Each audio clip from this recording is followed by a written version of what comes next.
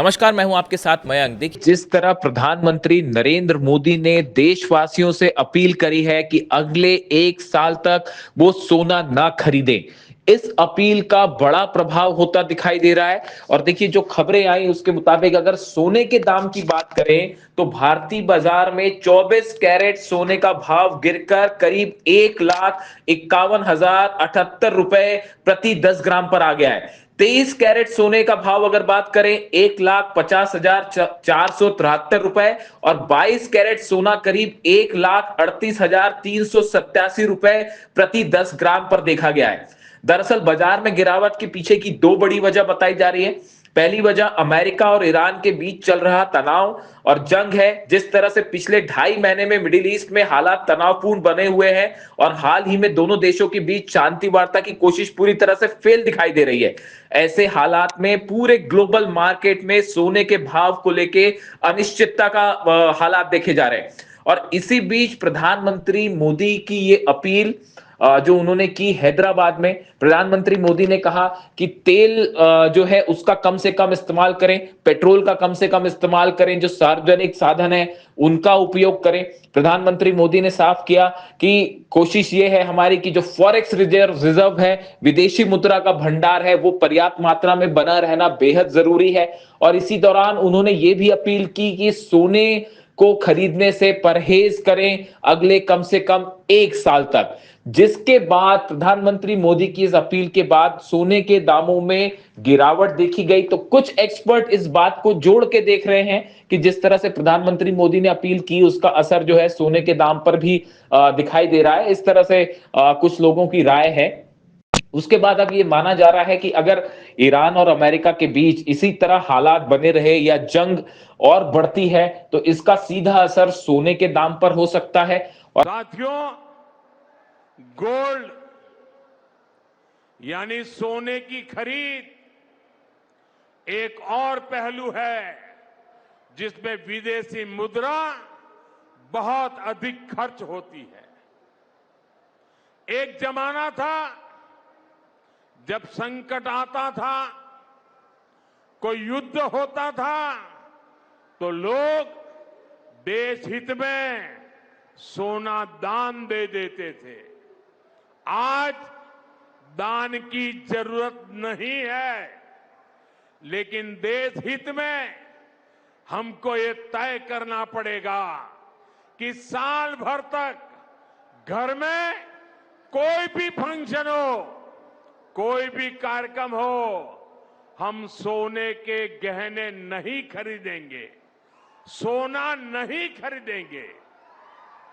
विदेशी मुद्रा बचाने के लिए हमारी देशभक्ति हमें चुनौती दे रही है और हमें इस चुनौती को स्वीकार करते हुए विदेशी मुद्रा को बचाना होगा। साथियों, ये समय एक और बड़े सबक का भी है। एक समय था जब हम कॉपर एक्सपोर्ट करते थे, लेकिन आज भारत के सामने स्थिति ऐसी बन गई कि अब हमें कॉपर को भी इंपोर्ट करना पड़ता है। हमारे देश में हड़तालें करवाकर कॉपर प्लांट्स को ठप करवा दिया गया और अब हालत ये हो गई कि हमें कॉपर बाहर से मंगाना पड़ता है और उसमें विदेशी मुद्रा खर्च होती है। इसलिए मैं ऐसे सभी श्रमिक समूह मजदूर संगठनों से भी कहूंगा कि हमें ऐसी बातों का जरूर ध्यान रखना चाहिए। भारत को आत्मनिर्भर बनने से जो भी कदम रोकते हैं उनमें हमें दूरी बनानी होगी और जो लोग ऐसी साजिशों में जुटे हैं उन पर भी कड़ी नजर रखनी होगी। मैं देश की अदालतों से भी आग्रह करूंगा कि ऐसी स्थिति आने पर देश हित में हमें कोई ना कोई रास्ता निकालने की तरफ बढ़ना चाहिए।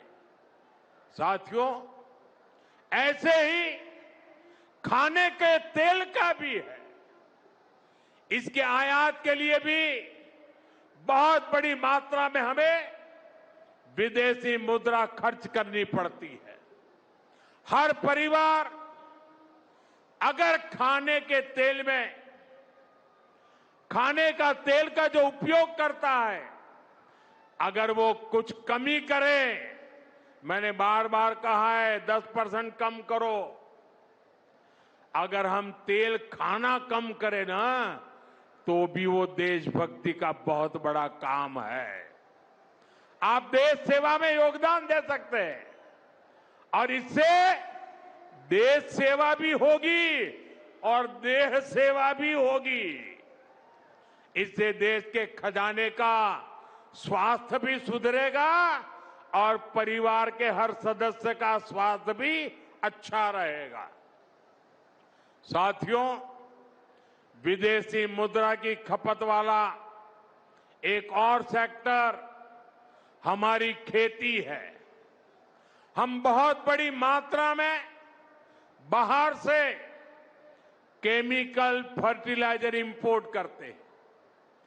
केमिकल फर्टिलाइजर खेती के कारण हमारी धरती मां को बहुत पीड़ा हो रही है। हमारे खेत बर्बाद हो रहे हैं। अगर आज हम अपने खेत को नहीं बचाएंगे तो भविष्य में फसलों पर भी खतरा आ जाएगा। इसलिए बहुत जरूरी है कि हम केमिकल फर्टिलाइजर की खपत 25%, 30%, 40%, 50% उसको घटाए, आधी कर दें और हम उसके साथ साथ नेचुरल फार्मिंग की तरफ बढ़े।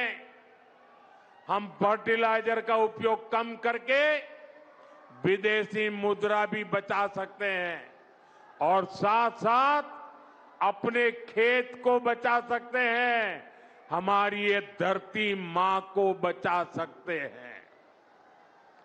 और यह हमें करना ही होगा। आज वैश्विक संकटों से जो चुनौतियां आई है, हमें उन चुनौतियों को परास्त करना होगा। साथियों, भारत सरकार खेतों में डीजल पंप की जगह सोलर पंप की योजना चला रही है। हम खेतों में डीजल पंप की जगह सोलर पंप का उपयोग करने का जोर देना होगा। मैं कोविड काल में भी आग्रह करता था कि हम स्थानीय चीजें खरीदें, वोकल फॉर लोकल के मंत्र को लेकर चले। हम मेड इन इंडिया चीजें खरीदकर भी विदेशी मुद्रा बचा सकते हैं और हमारे देश में स्थानीय उत्पादन की कोई कमी नहीं है। चाहे जूते हो, पर्स हो, बैग हो, हमें स्वदेशी पर बल देना चाहिए। और मैं ये नहीं कह रहा कि जो आपके पास विदेशी चीजें खरीदी हुई है, विदेशी ब्रांड की है, उनको जाकर के फेंक दो, ऐसा मैं नहीं कह रहा हूं।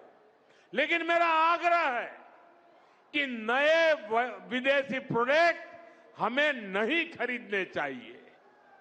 और वाकई हमें कई बार अंदाजा तक नहीं होता कि रोजमर्रा की कितनी सारी चीजें विदेशी हैं जो हम ऐसे ही यूज कर रहे हैं। और साथियों, जब मैं बात स्वदेशी की करता हूं तो लोगों को लगता है कि दिवाली के दिए खरीदो मतलब स्वदेशी हो गया। ये तो भ्रम फैलाने वाली बातें हैं। इससे सफलता नहीं मिलती है। हमें घर के उपयोग में आने वाले सामान की लिस्ट बनानी है। देखना चाहिए कितनी विदेशी चीजें घुस गई है, पता ही नहीं है। कैंची हो, कंघी हो, छोटी छोटी चीजें, टूथपिन, टूथब्रश, कितना सारा सामान विदेश से हमारे घर में घुस गया है। फिर इस लिस्ट से हमें हो सके उतना जल्दी स्वदेशी में बदलना चाहिए। साथियों, ये बातें सिर्फ एक सरकार, एक दल, एक व्यक्ति की नहीं है। ये बीजेपी का भी मुद्दा नहीं है, ये देश का मुद्दा है। और इसके लिए हर नागरिक, हर राजनीतिक दल, हर सरकार, हर समाज, हर संगठन को संकल्पबद्ध होगा। मैं मीडिया के साथियों से भी देश हित में आगे आने के लिए आग्रह करूंगा।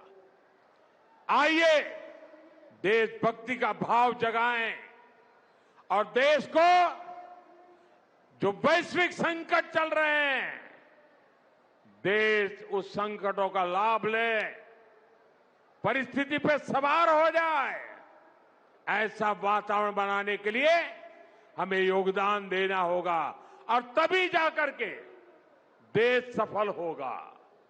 ऐसे संकल्प जब हर नागरिक पूरी ईमानदारी से सिद्ध करेगा तो भारत हर संकट में जरूर विजयी होगा। साथियों, मुझे पूरा विश्वास है कि देश का हर नागरिक इसी संकल्प के साथ काम करेगा। साथियों, इतनी विशाल संख्या में आपका आना